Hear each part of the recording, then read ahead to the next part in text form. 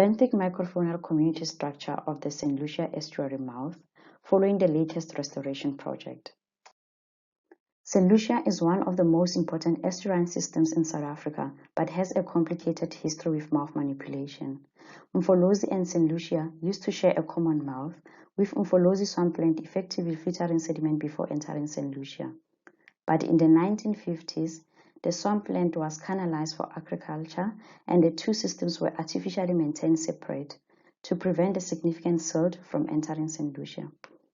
This separation deprived St Lucia of primary source of fresh water, and devastating drought led to hypersalinity and habitat fragmentation, which threatened its integrity.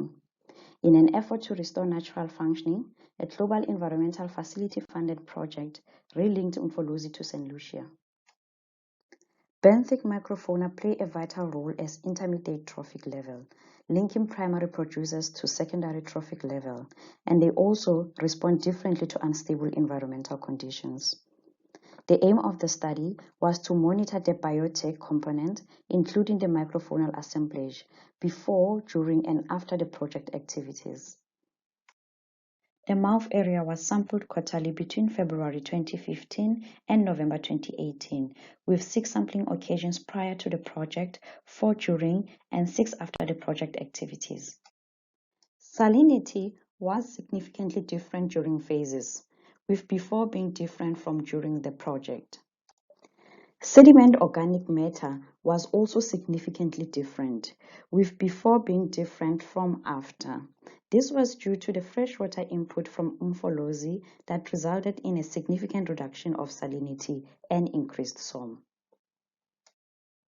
There was a difference in mud contribution, with before being different from during and after.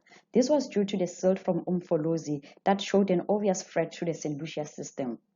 There was no significant difference in abundance during the study period. Models in Table 1 shows that salinity had a significant relationship with species abundance, while temperature and salinity had a relationship with the presence and the absence of species.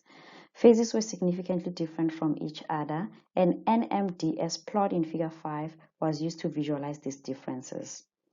Overall deviance in Figure 6 shows that before was dominated by estuarine species, while during and after was dominated by freshwater species.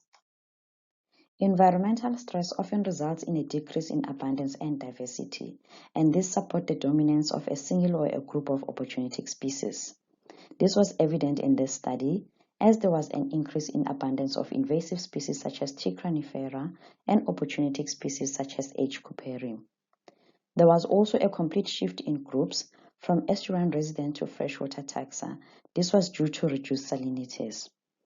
This project succeeded in increasing St. Lucia water level, and it will prevent habitat fragmentation and hypersalinity during dry conditions. Unfortunately, Umfolozi sediment is still a threat as it has traveled as far as South Lake, unless measures are taken to alleviate this sediment.